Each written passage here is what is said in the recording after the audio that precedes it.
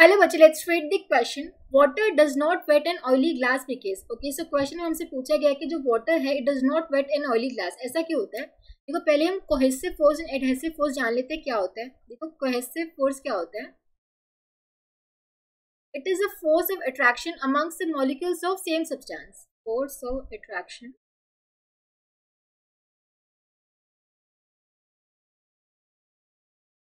amongst the molecules of same substance.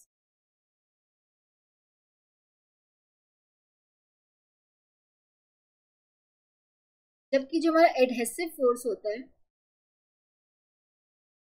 That is force of attraction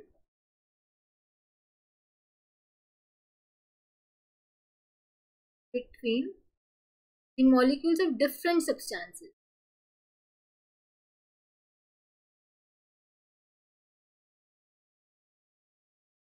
जैसे जो water है, अगर उसने देखा कि वाटर जो है ऑयली ग्लास को वेट नहीं करेगा, जैसे हम वाटर यहाँ और ऑयल ग्लास सरफेस की बात कर रहे हैं यहाँ पे, ठीक है. तो जब कोहेसिव फोर्स की बात करूंगी तो जो वाटर में जो मॉलिक्यूल्स होंगे उनके बीच में जो कोहेसिव फोर्स लग रहा है. एडहेसिव फोर्स में बात करें वाटर के मॉलिक्यूल्स और ऑयली ग्लास के मॉलिक्यूल्स के बीच में, ठीक है. तो वाटर वेट इसलिए नहीं कर पाता क्योंकि जो कोहेसिव फोर्स है, जो फोर्स ऑफ अट्रैक्शन है among the molecules of water होगा, वो ज्यादा होता है as compare to adhesive force between water and oil molecules.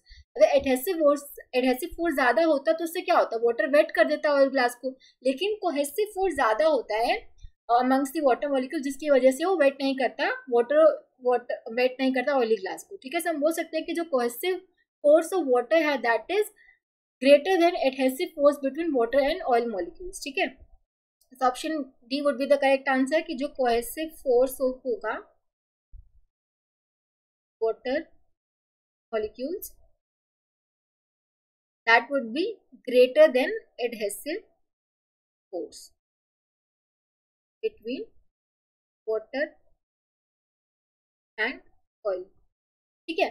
सो हम देख सकते हैं किसमें अंदर ऑप्शन डी में, option D would be the correct choice. I hope आप सबको समझ आया होगा. Thank you so much.